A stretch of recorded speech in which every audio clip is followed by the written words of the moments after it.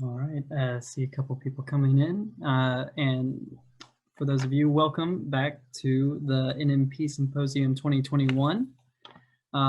During this block, we are joined by David Lang, who's going to be discussing the case for variety attribution in certified grading.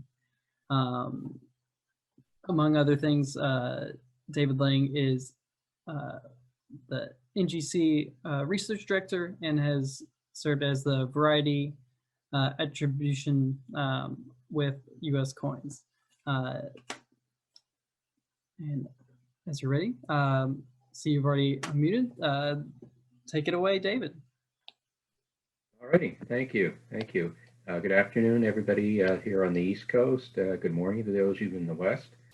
I'm going to be talking today about how grading services and NGC specifically performs variety attributions and reasons why you should consider that service.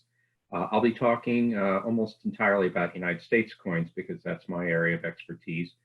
We also do world coin varieties, but there are other people who handle that. Next, please. Just a nice little selection of varieties just to put everybody in the mood there. Next, please. As it says on our little card here, there are three three classes of information found on certified coin labels. Basic is the straightforward stuff, denomination, date, mint, and country if it's a non-US coin. And that's most often that's what people select. They're just looking primarily to get the authentication and grading. We do have supplemental pieces that you can add to this. We'll have some examples of that in a moment. But basically, this is anything that goes beyond what you get for simply submitting the coin for grading. If you don't specify any other services or special labels, you'll get the basic. But there are some supplemental features. We'll take a look at that in a moment. And then finally is variety attribution. Now, this is a little more exotic. It's something that not nearly enough people ask for, but I think it's actually quite important, particularly for the early coins. In the US series, we're talking about the bust coins, 1793 to roughly 1838, where every single die marriage has been attributed by authors and researchers.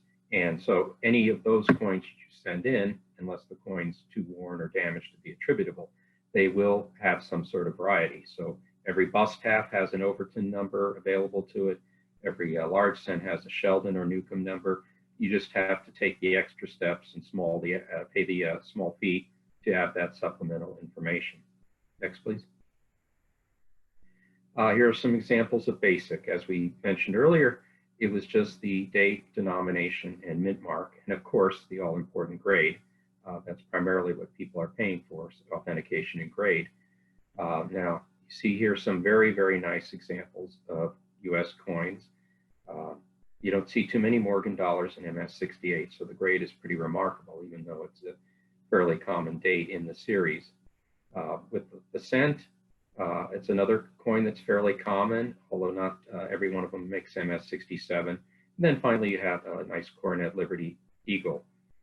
Again, just the date, denomination, mint mark, if any, grade. The certification number is very important also. And finally, down below that, you have the barcode label. This is so that everything can be sorted and tracked as needed for businesses and for collectors. Next, please. We get into the supplemental information. This is what is beyond the basic services. Some of these things you do not have to pay for. Most of them, there is a small extra fee on this sort of thing. I want to talk about some of the examples that you can get. In the case of this 1880s dollar, not the same one, sadly, it's not a 68, but this is from a hoard that broke recently called the New York Bank Hoard. And these were stored in old US Treasury Department bags, probably not dating all the way back to 1880, because being organic matter, these bags did become mildewed and rotted from time to time. The mint would periodically have to rebag these coins and count them all again, particularly when there was a change in the directorship of the mint or the superintendency of the mint. They'd have to perform a complete audit. But it's very interesting to find these things in these old canvas bags because the bags themselves aren't even being used anymore. The mint did away with that some years ago. So even though this is a relatively common coin, it becomes that much more interesting because it's traceable to this hoard and it's included on the label. And oftentimes these special labels also come with different graphic on this. It's not the standard NGC label. This one shows the actual image of an old vault.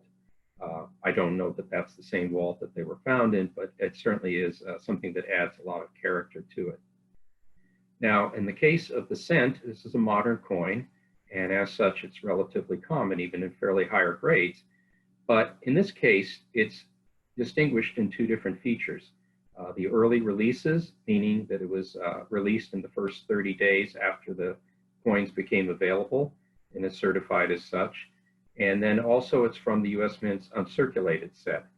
Those are the package sets that the Mint sells every year. So this is an instance in which you have a certain double exclusivity.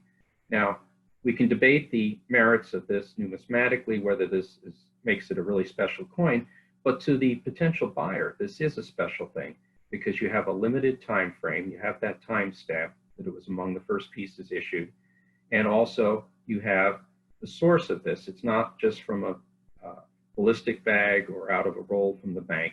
It's actually taken from one of the US Mint's package sets. So that adds certain exclusivity to it that collectors desire. If they're putting it in their registry sets, they'll get a little extra bump for that. These are things that make ordinary or routine coins that much more desirable. And we're progressing toward the ultimate in desirability, which to me is the variety attribution. And then also, since we are here at the graces, oh, go back, please. We're here at the graces of the Eric P. Newman Numismatic Education Society and the Newman Numismatic Portal. Here we have a coin from Mr. Newman's collection, a coin that he undoubtedly owned for over 70 years before it was finally sold at auction. And NGC prepared a very handsome label for this that has the logo of the collection on there, also has Eric P. Newman's name on there. So again, this is a relatively common coin that you can probably get by the hundreds if you shop around long enough. But how many of these were in the Newman collection? Chances are this is the only 1901 Philadelphia Eagle from that collection. I know this sort of thing adds a lot of appeal to me. I used to own some of the Louis Eliasberg coins. They've since moved on to other owners since then, but I took great pride in showing those and sharing them, even though as specimens, they weren't particularly ideal coins. But to have a Newman or an Eliasberg or a Garrett pedigree is something that adds a lot of drama to a coin. And it does also provide some exclusivity, particularly if they're separate line items in the census, which, you know, in the case of Newman coins, you know, can be a feature there. I think we can move on to the next one. Now we get to the heart of the matter, variety attribution. Not every series of United States coins has significant varieties, but as I said earlier, the early pieces through the first 45 years or so of the US Mint, they all had varieties because every die was very distinctive. There were many handmade features, hand-punched features, so you can actually identify the dies and the various ways they were mixed and matched in die marriages. I'll get to that in a moment when we get to the bust half there. But in this instance, first coming up here, we have a Morgan dollar. Again, 1880s. There seems to be a recurring theme here. We have that date again and again. But this particular one has a very popular variety. And by popular, I mean it has the label top 100. There are three major categories that NGC recognizes within the vast amount of thousands of VAM varieties. There are these three extract categories. One is top 100, which has kicked it off back in the 90s, made VAM collecting really popular. There's also the Hot 50, which was a follow-up by the same authors. And then finally, there's the Hit List 40, which came along a few years with some different people involved. And there are even actually other extracts, but they go on to the point where NGC decided to cut it off at the first three because that is the lion's share of the interesting varieties. And in this instance here, it's an overdate. There were evidently enough 1879 dies left over that they were overpunched with the date 1880. And this obverse was paired with two different reverses. One has the medium S, that's the VAM 8, and then this has the large S, which is VAM 9. It's kind of interesting in that the medium S is a really big S to begin with. So the large S could have been called very large S, but if you look at the overall pattern of the series, it has to be proportional to one another. So in this instance, this very large S is known to VAM collectors as simply the large S. We have a nice buffalo nickel there. This is not a rare variety, but it's perhaps one of the most popular in the buffalo nickel series. The mint mark is repunched, one stacked above another, and we'll have a picture of that a little later. But this is in the cherry picker's guide, and these numbers are designated with the letters FS. They stand for the co-authors Bill Fiva and J.T. Stanton. Other persons have been editing more recent editions. We're anticipating the second edition, the second volume in its new edition coming out sometime this year. And these FS numbers are kind of the thing that people look for in the case of modern coins. And by that, I mean anything subsequent to the first 45 years of US coinage with the bust type coins. The later varieties with the FS numbers are extremely popular. And we'll see how it can be an advantage both to collector and dealer in a moment. But then I want to talk about the 1828 half here we have. All of the different dies and die marriages for the bust half series from 1794 right through the reeded edge coins of 1839 are now attributable. The ones with the lettered edge halves up through 1836 were cataloged by Al Overton back in the 60s, and that book has gradually been improved over the years with newer editions. This particular example is his Overton 107A, meaning that rather than the 107 prime variety, it's a later die state. The Overton die states are fairly simplistic. If a new book were written today thoroughly, there might be 4 or 5 die states of this coin. But he simply did prime and usually an A, and in very, very rare instances a B, if something was dramatically different about the dies. NGC's practice with these early coins is to put in a written description that conforms to the Red Book, Guidebook of United States Coins, which is seemingly everywhere and probably will be forever. So on the top line, you see knob curled 2, means that the numeral 2 in the date has a knob at the end or a ball at the end of its loop, and the base is curled or curved. And that's a major Red Book description. But within that, there might be multiple die marriages, and that's where you get into the Overton number. As a basic variety, knob curl 2, this is certainly not a rare thing. It's in most of the old coin albums with a separate slot, and it's still in the Red Book with a separate price. However, when you get into the individual Overton varieties, you could be talking about very rare die marriages, is very common. So that's why it's necessary, or at least desirable, to get that extra step of having the numeric variety attributed. Next, please.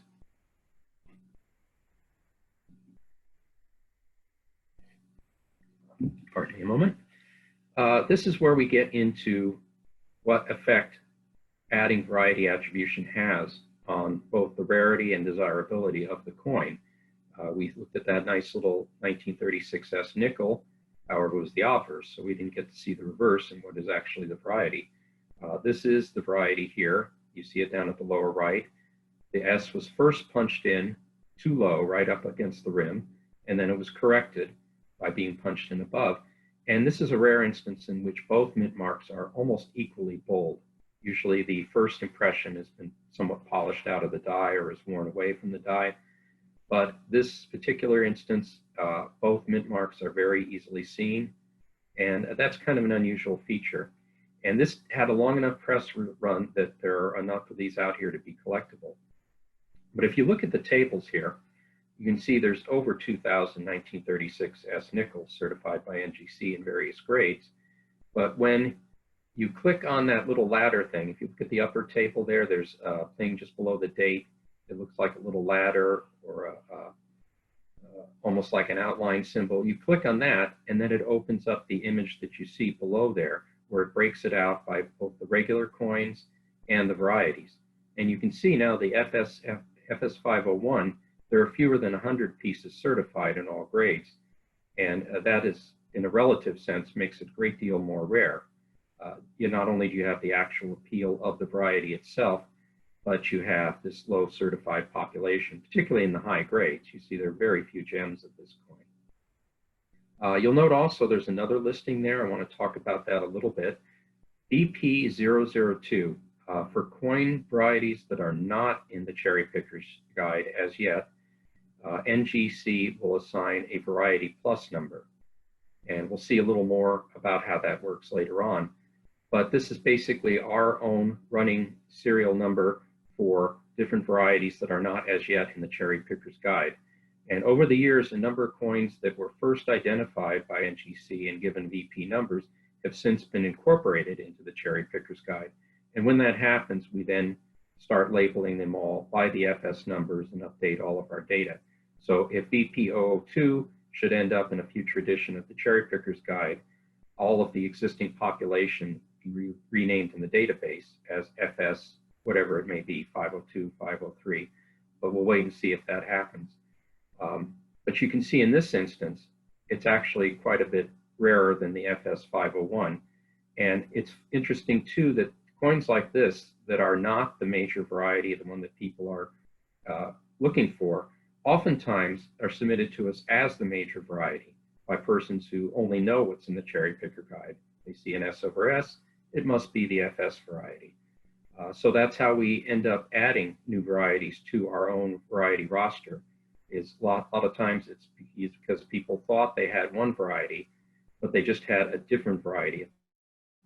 And in those instances, you usually do have a very small population, very desirable piece. Next, please. This is another example of how the variety structure works. 1966 special mint set $50. Those were the pseudo proofs that were offered during the years in which the mint had suspended proof set sales. There's one variety, a major variety of this, that has a doubled profile to the entire length of Kennedy's face. And we believe that that was done on a working hub, which is the tool that is used to make actual working dies, the ones that go into the coin press. We say that because there are just so many of these things out there with the same kind of doubling. As a total of the entire mintage, it's very small, but in terms of varieties, the population is quite large.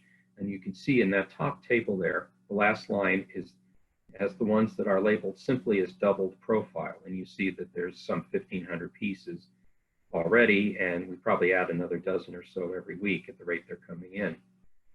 But beyond that variety, there are ones that also have additional doubling that is unique to that particular working die. So in other words, they were made with a doubled working hub, but then again, some other features became doubled.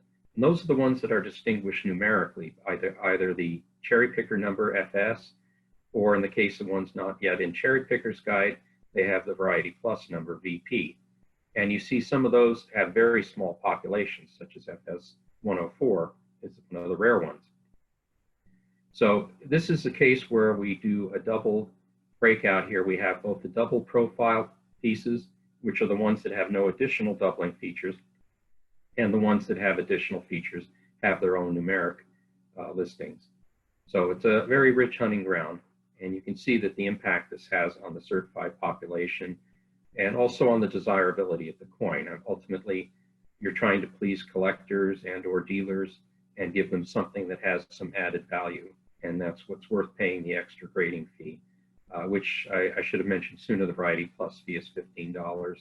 I don't know what it is at other grading services, but I think they're more or less comparable. The example below, we see another Morgan dollar, not an 1880s this time. It's actually another common date, 1887. And this is an interesting piece to mention because when the Top 100 book came out, the authors deliberately included at least one or two common varieties as sort of a starter set. You know, this is the way to whet people's appetite. They have a chance of actually cherry picking this, and it gets them drawn into the collecting of BAMs in general and the Top 100 specifically. I should mention the authors that were Michael Fay and Jeff Oxman, both longtime friends of mine. and they really started a phenomenon with the VAM collecting about 25 years ago. VAM 12 is the gator eye. It's a double die obverse, and it's called gator eye because the doubling is most evident at Liberty's eyeball. So instead of one surface to the eyeball, there's actually two parallel surfaces, and it reminds people, I suppose, of an alligator eye. And that's further broken down into VAM 12 and VAM 12A, which is a die state showing a die clash. Oftentimes in variety collecting, things like die clashes are not considered significant enough to give them another die state or another number. But I've noticed in the VAM collecting, they are really big fans of die clashing in little things. So you'll see VAM numbers that sometimes go on with 4, 5, 6 different die states. And again, you can see the impact on the population here. We have over 2,200 of the VAM 12, reflecting the fact that as varieties go, it's one of the more common ones. But again, as a breakout from the overall population of $1,887, which is probably in the 5 or 6 figures, I haven't checked recently, it is actually a relatively small feature. And we've further broken out the ones that have come from the old GSA horde that was sold between the 1970s and even as late as the 1990s. They were had some straggler coins go out. And these GSA holder coins are also attributed by variety. You can see in this instance, there are only to date 2 VAM 12s that were taken from a GSA holder, or rather are still in the GSA holder. That's how they're certified. So you can see that a very common coin can actually become a very rare and desirable coin fairly quickly. Next, please.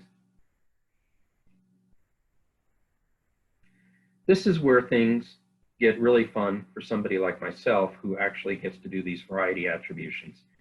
Most of what comes across my desk and most of what our world variety people see is a run of fairly common varieties, fairly minor things. But every now and then, something really dramatic or exciting occurs. And we have 3 examples of that right here. All 3 of these coins were unsuspected rarities when they were submitted for variety attribution.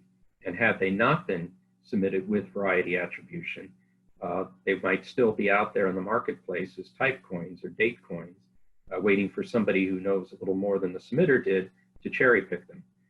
The 1796 dime was a great story. This was sent in by a coin dealer in the Midwest who just routinely selected variety for all of his early pieces. I believe his reasoning was, well, you know, there's X number of these coins out there. Let me make my X coin a little bit more exciting or have a little added value. Certainly it lowers the population to include the JR number, JR standing for John Reich, which is for the early silver coins. And he elected to submit this variety attribution not knowing that he had a rarity.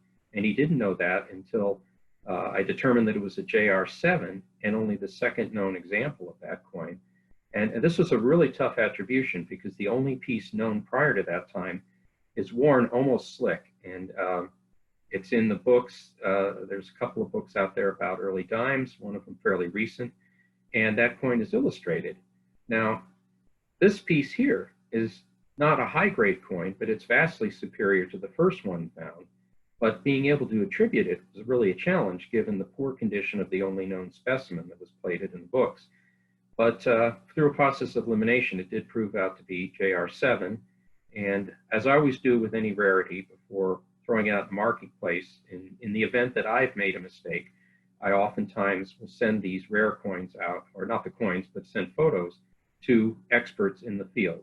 So I made sure that dime specialists did see these photos and confirmed the attribution. So now it's the finer of just 2 known. I haven't heard of a third one surfacing since that time. Somewhat similar story, the 1802 dime. This is another coin that's just 1 of 2. It's slightly the lesser of the 2 because of some condition issues. You see it says that it's been repaired and whizzed, and it's in an NGC details holder, which if you were buying a type coin, this might be a little bit disappointing, but given the fact that this is an extremely rare piece, one of only 2 known, it's still a delight to be able to have that variety certified on there.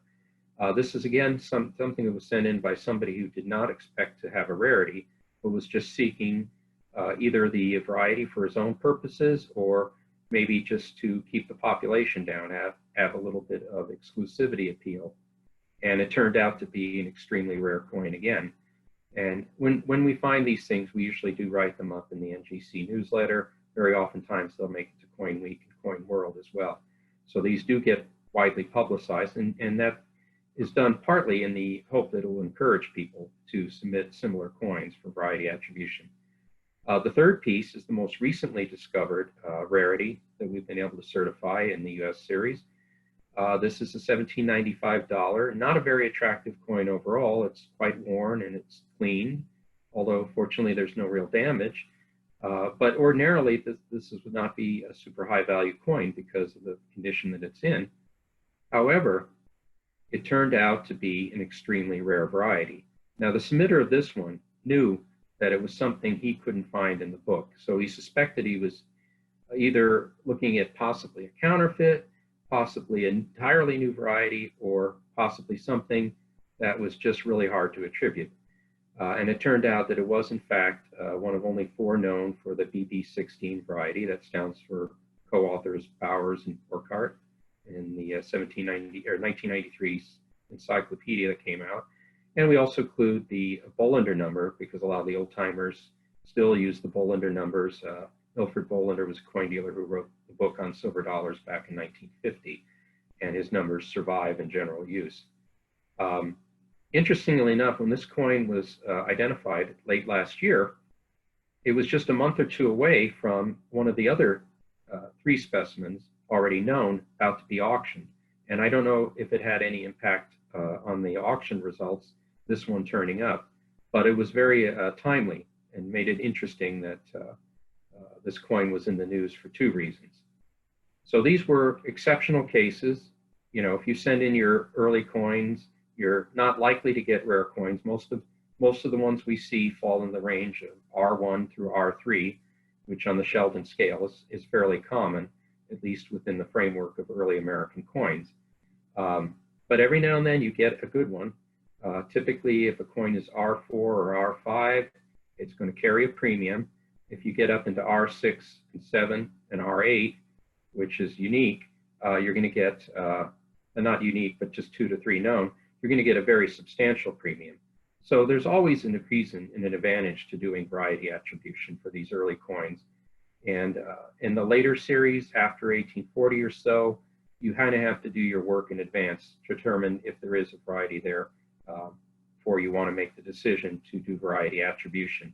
But again, with the early bust coins, until they were replaced by the seeded Liberty types, they all have varieties of one sort or another. You'll always get a number unless the coin is unattributable due to condition issues. And I should add with the cents that condition goes up to 1857. They all have varieties. Next, please. This is somewhat along the lines of what we were looking at a moment ago. These are entirely new varieties. It's very difficult to do that in the early bust coins. It doesn't happen that often, although NGC did identify a 3rd variety of the 1822 quarter dollar a few years ago. Unfortunately, I wasn't able to find a good photo of that in time for this program, but that was a pretty remarkable circumstance to find an entirely new coin. But within the framework of later coin types, there are a lot of new varieties being discovered all the time. One particular example that stands out is the shield nickel series. Some days I think it's impossible to find a shield nickel in the early dates that doesn't have some sort of variety, or at least an interesting feature like a die clash or die breaks. But there are already countless varieties known, repunch dates, double die offers as being particularly common in the early years of the shield series, but there are still more being found. And this was a case of a coin that was sent in by a submitter who just said double die on the submission form. And indeed it was, not double die, but repunch date.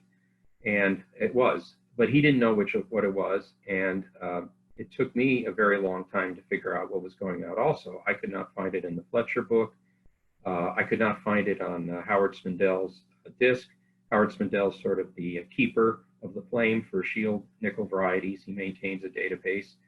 And so when I'm stuck, I will send photos of this taken by our imaging department to Howard, and he confirmed that it is in fact a new variety entirely.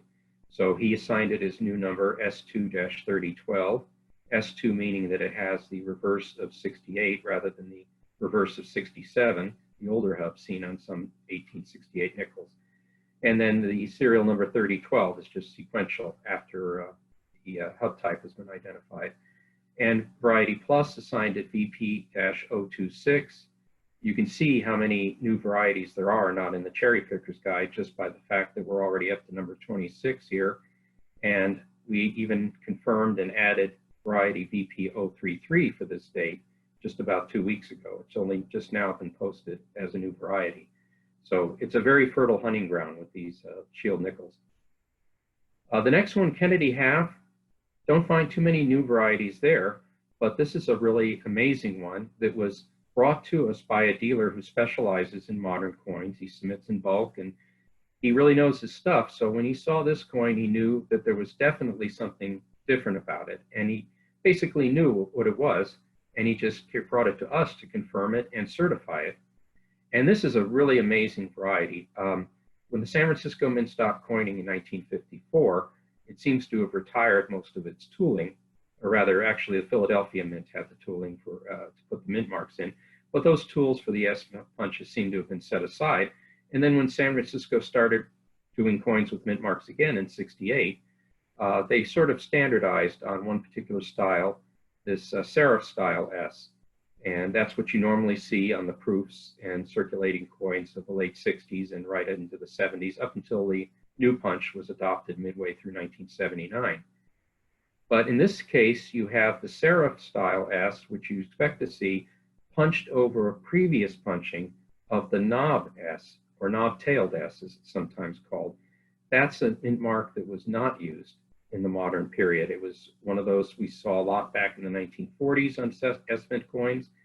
But in this case, someone either accidentally or intentionally punched it with an old tool, and then either accidentally or deliberately punched it again with the correct mint mark style, and you can clearly make out one above the other.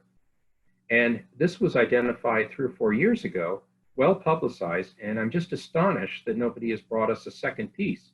So far as I know, this remains unique, and I could be mistaken about that, but I would think that since we've assigned a number to it, if there's a second one out there, somebody would have submitted it by now.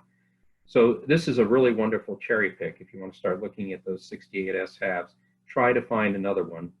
And when you go to the Variety Plus website, there are plenty of photos you can blow up that give you a nice clear image of the mint mark. We'll see how that works in a moment. Finally, another one here. Trade dollars are a little tough to know when you have something new because there's no standard reference on trade dollars. The last book that went out was the Bowers Borchardt Encyclopedia, and that's almost 30 years old. So I know there's new varieties since then. This is a double die that was submitted as the popular one. I think it's FS 101 in the Cherry Picker's Guide. And yes, it's a double die, but it's not the one in the book. And it's not doubled in quite the same way. So it's something that to me is new. I don't know for certain that no one has ever found this before, but I couldn't find it in any of the existing literature. So if you're a trade dollar specialist, please go to the BP website, take a look at this new listing, and let us know if it is a known one. We'll correct it and update that. But so far as I know, this is the only piece certified from these dies. Next, please.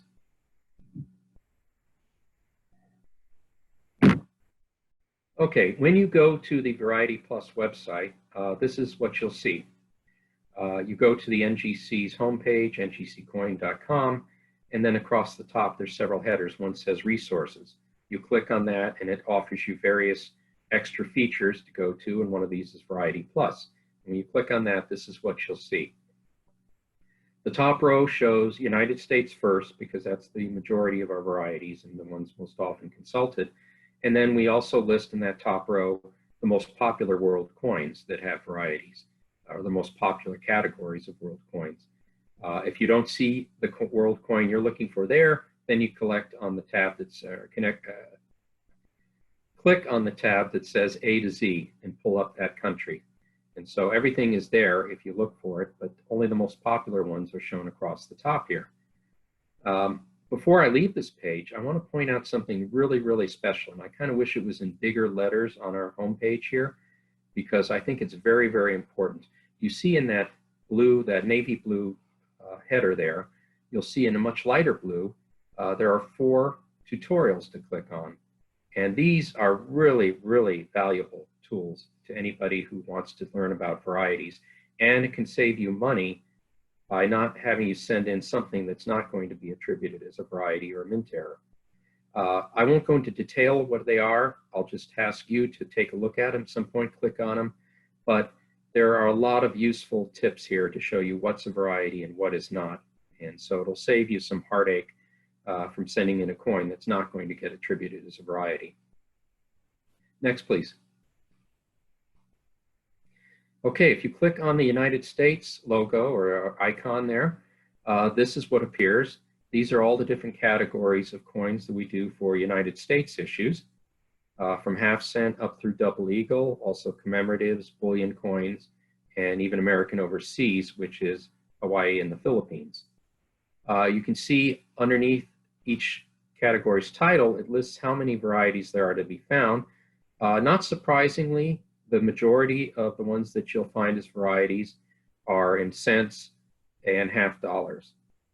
Large cents account for a large portion of this number, perhaps about a third of the cent varieties are large cents, again, because every single dime marriage has been enumerated and can be distinguished, provided the coin's in suitable condition.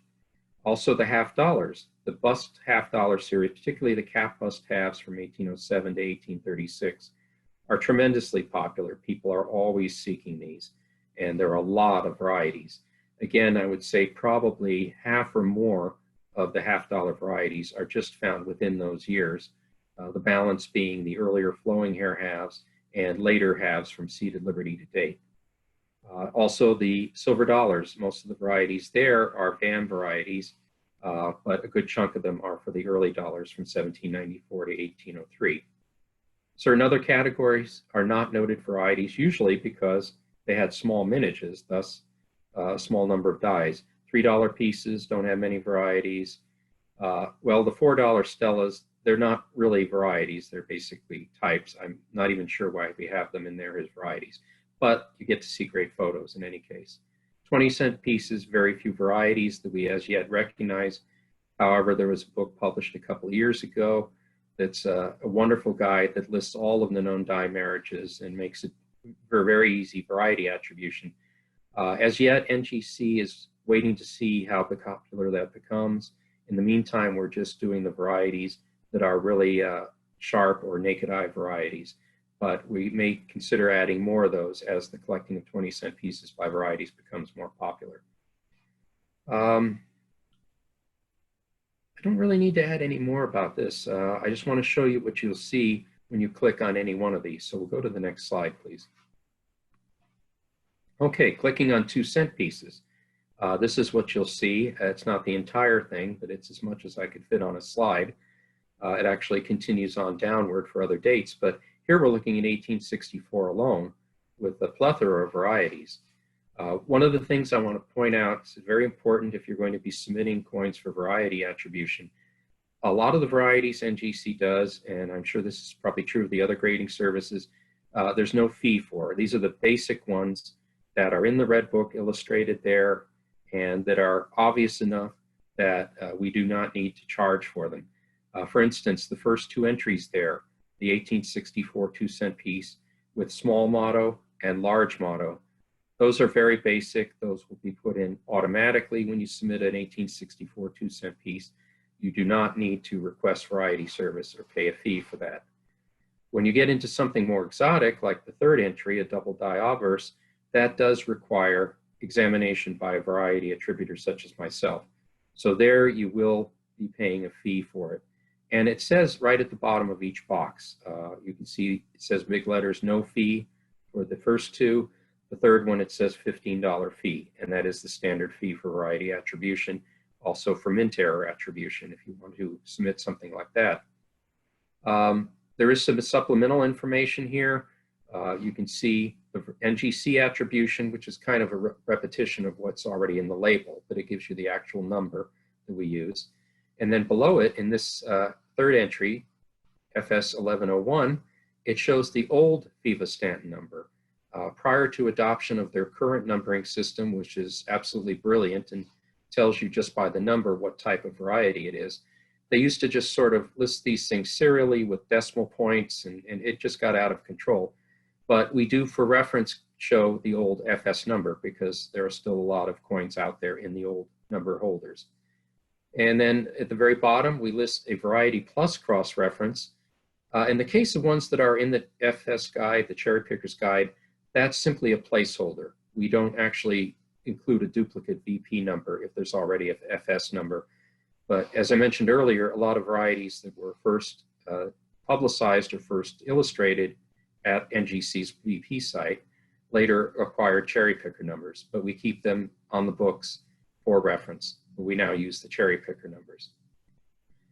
We have an assortment here of repunch dates. For some reason, the 1864 2-cent piece, well, of course, it had a fair number of dies, but also they seem to have a lot of difficulty figuring out how to get the date placed right. And there's actually more than appear just on this page. If we were able to scroll down, you would see it, but this is a fixed image. But you get an idea of what you're going to see when you go to this page. And each of these images that you click on will then provide you additional images that you can enlarge to fill the screen. And it tells you how many images are there. For instance, on the third slot here, the FS 1101, just at the bottom there, you see a little camera icon. That means we do have images of it. And there's a 3, which means that 3 images are available. So you can see we've put in a lot of extra work here. It's not just one picture. It's as many as we can get to describe the coin. Next, please. And if you click on any of one of those, this particular one is 1865 FS 1301. This is what you'll see: more detailed information and also additional images. Now, each of these images can be clicked on, and they expand to fill almost the entire screen. In some instances, they run right off the screen. They're so big, but we're trying to now standardize them so they just fill the typical computer screen. But in this case, you're seeing the coin in 3 different die states. We try to arrange these images in chronological order to show how the die progressed. And you see the very first image at the upper left shows it nice and crisp. The duplicate numeral 1 above the main one is very, very bold. By the time you get down to the bottom image, they read left to right and then down. The bottom image, that the flag of the 1 is very thread-like, and it's fading away. It's because the dies have become worn, possibly been polished multiple times to eliminate flow lines and other flaws. And now there's even a little die crack appearing diagonally from the bottom of the 5. So here you have 3 different images that you can match up against your coin, and it shows you how it looks in different die stages. Over at the left, we have diagnostics, which is how to identify this die, what is it that makes it a variety. And there's also comments down there. In this instance, we note that this was the coin that years ago Walter Breen declared to be 1865/4. I don't want to denigrate Walter Breen any more than he has, but he had a tendency to call most repunch dates overdates until proven otherwise. And of course, now with overlays and more technology, more access to images online, numismatists have been able to prove that that's not an actual overdate. But in his time, he tended to think that everything was an overdate. So there's a lot of listings in his book that are now known to be something else. Next, please.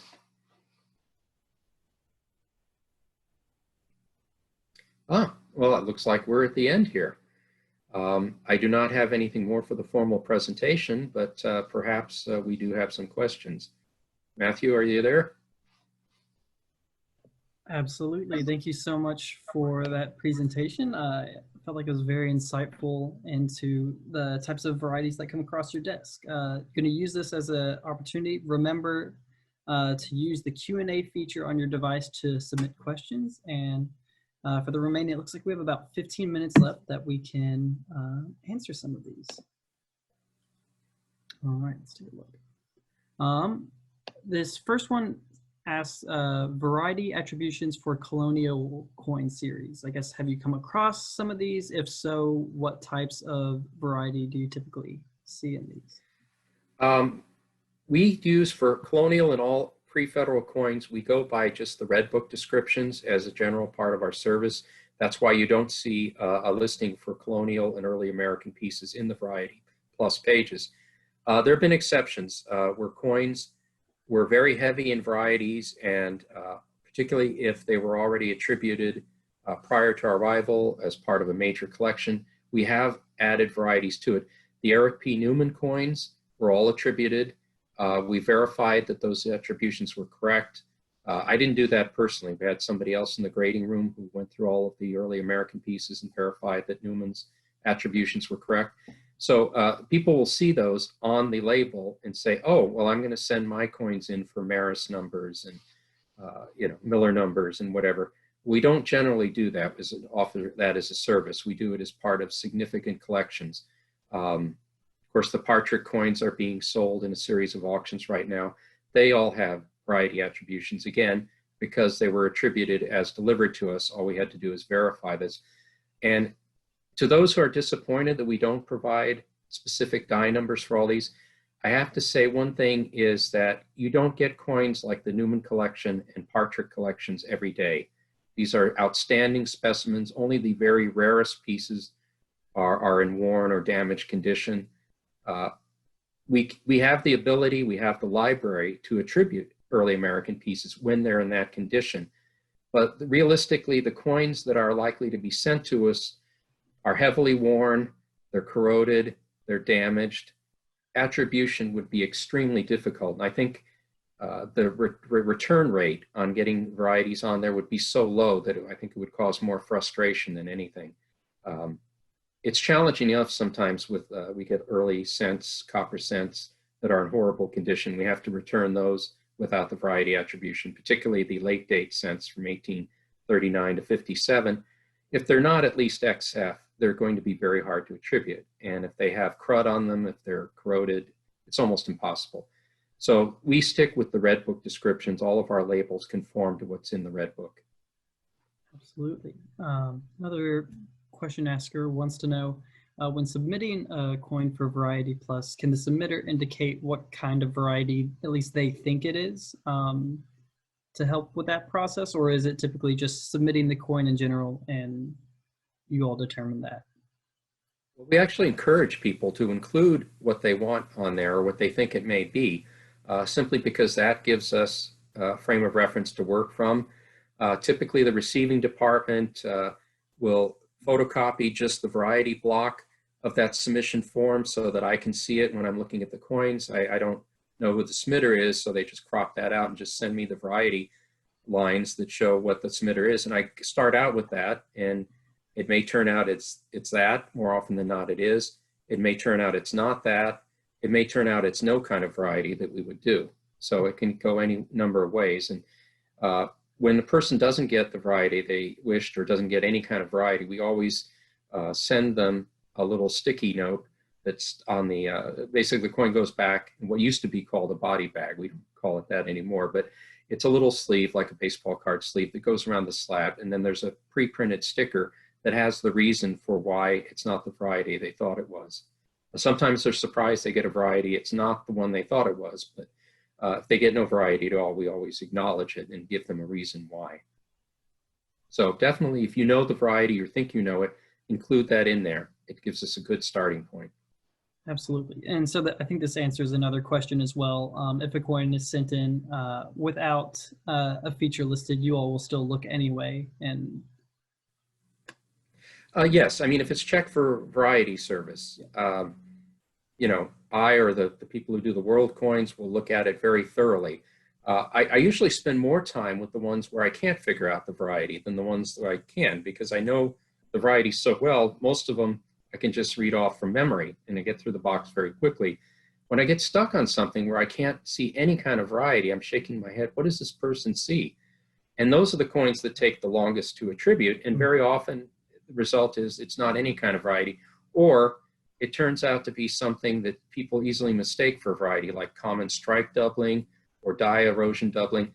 That's why you need to look at those tutorials that are on the Variety Plus homepage. That's the fail-safe for not sending in something that won't get a variety. Absolutely. Now, would you recommend attribution of all high-grade large cents? Certainly I do, for the reasons specified early.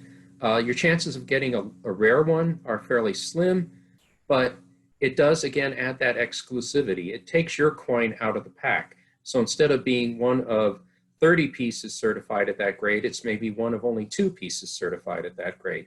And even if it's not, it doesn't add anything to the rarity of the coin other than in the census report, it still adds to the appeal.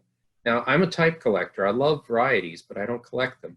I'm a type collector, but even on my type coins, I always make certain that the variety is attributed on there. If it comes without it, I will put a little sticker on the back so that I know and anybody looking at it knows what it is. But I try to get them certified with the variety already. And that's not always in my control. But I certainly favor those coins, even for a common type piece. Absolutely. If a coin is already given a details grade, would you still give the attribute if paid for? Yes. The condition of the coin has nothing to do with whether or not it's a variety, as long as the condition isn't such that we can't make out the variety. But no, there's been quite a few times when we've certified or we've examined coins and the graders determined that it was uncertifiable for something or another, yet I was still able to make out the variety. So I do the effort and try to put the variety, at least that gives the submitter something other than just getting the coin back saying not suitable for certification or whatever. And the same is true on crossovers. You know, if we take in PCGS coins, we cross a certain number, but 1 or 2 don't cross. If it's a variety coin, I'll still go ahead and do the variety attribution, and that'll be shown to the submitter who may not have known what the variety was. So even if it didn't cross, they still have something for their money. Absolutely. That's good work that you're putting in across the board. So we still have another 8 minutes, so we'll at least take a couple more questions. Does NGC attribute varieties for rim errors, and is that called a caller error? Well, here again, we get into the tutorial. One of the tutorials, it says variety versus mint error. And this is a big issue for us. So many of the coins that are mint errors are submitted as varieties, and so many varieties are submitted as mint errors. The fee is the same for either one, but it would really help if collectors had a better handle on what is a variety and what is a mint error. And there is that tutorial on the Variety Plus homepage that shows examples and explains how to segregate a mint error from a variety. And the reality is, I sit right across the grading table from our mint error attributor, David Kammeyer. When I get a coin that's submitted variety, it's not a variety, but I think it will qualify as a mint error, I just pass it over to him. And vice versa, he will do the same if he gets a variety that's not a mint error. They just go back and forth. So we try to give somebody something for their money, even if they submitted it incorrectly. Got it. And so with how many like coins that have like come across like your desk, what would be the typical time frame or like the maximum amount of time you've like had to like look at a coin just before like having to make the call of like maybe there isn't something here, or it sounds like a lot of research goes into this. Yes, there are nightmare scenarios where I think that if I stick with something long enough, I will get the variety. We've had a number of hordes of coins submitted that included, 200, 300 large cents that were less than choice pieces. They might be lightly corroded, they're heavily worn. And if I'm doing pretty well getting most of them, it's very frustrating to give up on something. I would say the most I ever spent on a coin trying to attribute it was probably about 25 minutes. Which is really not cost effective for $15. So I try not to do it that long. Typically, something like a large cent, I get the book out. If it's not one I have memorized, and then the common ones come in repeatedly, so I know I'm on site. But if it's something I need the book for, I can usually get it in no more than about 4 or 5 minutes. It's unusual to take longer than that. And oftentimes, I'll look at a coin and I'll just say no amount of time is ever going to get this. So I just click on something too corroded, too worn, whatever information I want to transmit to the submitter as to why it didn't get a variety. So it's a kind of triage when these coins come in. You separate them into the ones that are doable, the ones that are not doable, and the ones that are doable if you have a little extra time on your hands and are really determined to get it. Absolutely. So I guess a follow-up question then from me has been like, what has been the like largest amount of coins in like one given submission? Oh, well, um, the Newman collection was massive. Um, as I mentioned earlier, I didn't do the early American colonial pieces. Somebody else did those, but I did all of the federal coins, and some of those came with attributions that proved to be wrong. Uh, you know, not to take anything away from Eric Newman or whomever might have sold him the coin or whatever, but if you go back 40, 50, 60 years ago when he was doing this sort of stuff, the books were not very good. There was no websites, and so a lot of those attributions were wrong.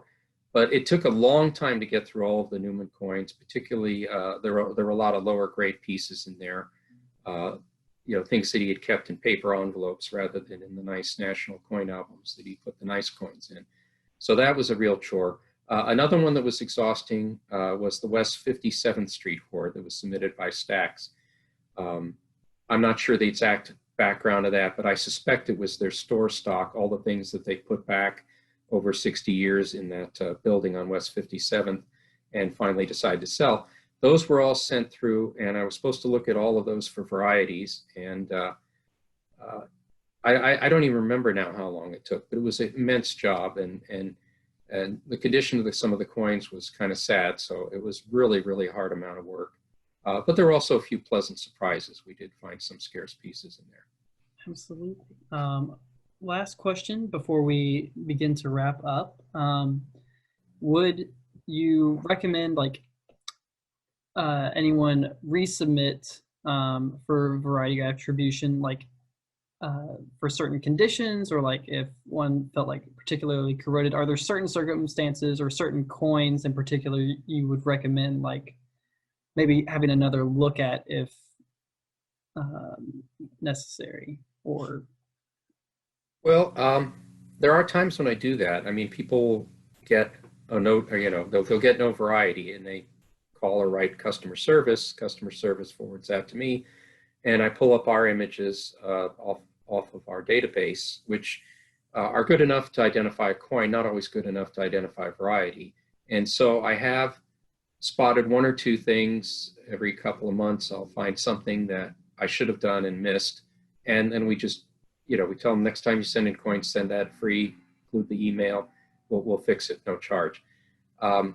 If I can't tell from the pictures and I think there's potential, you know, I'll have them send the coin in back again. But generally speaking, there's very few instances where a second look is really going to make a difference. This is where it's really helpful for people to tell us what they think they have, because a few things that have been missed over the years were because your mind is set to look for certain categories. With the older coins, you're looking for repunch dates, misplaced dates. Modern ones, you're looking for double dies and such. But there's some oddity varieties that you may not be looking for, that if the collector had specified what they were looking for, you know, it would have been easier to spot. So it's a case-by-case basis. There's no firm policy on that. absolutely. I mean, still amazed with how many coins that come across your desk, and to be able to identify as many as you do, that's certainly impressive. Now, as we wrap things up here, David, once again, thank you again. Is there any parting words you'd like to send to the audience, aside from obviously check out these tutorials? It sounds like that's a must. Yes, that's worth repeating, because there's days when I go through an entire box of 15 or 20 coins. Every one of them is marked variety, and none of them are varieties. I don't want to get upset. I don't want to get all fired up here, but I look at what is being broadcast on YouTube or what people put on Facebook, and it's just creating endless chaos for the people who are just learning about coins. People tend to send us every 1982 penny that they can find, because there's videos out there telling them that it's, you know, rare. But the takeaway they get is that all 1982 pennies are rare. Same thing with 1969s. Every week we get dozens of 1969s pennies and very fine. that are just ordinary coins, but they saw the video about the rare double die. So check out the tutorials. Take anything you see on YouTube with a grain of salt, unless it's one of the ANA's videos. Those are reliable. But all of these, you can get rich, or there's a fortune in your pocket videos. That kind of stuff is just going to make you frustrated. And I hope that people will look at the tutorials and see what they've been doing wrong. Absolutely, and I feel like if you're going to learn from someone, you might as well learn from David Lang here. So thank you so much for your time, and I believe we'll be moving on. So thank you all for attending the presentation, and we'll see you at the next one.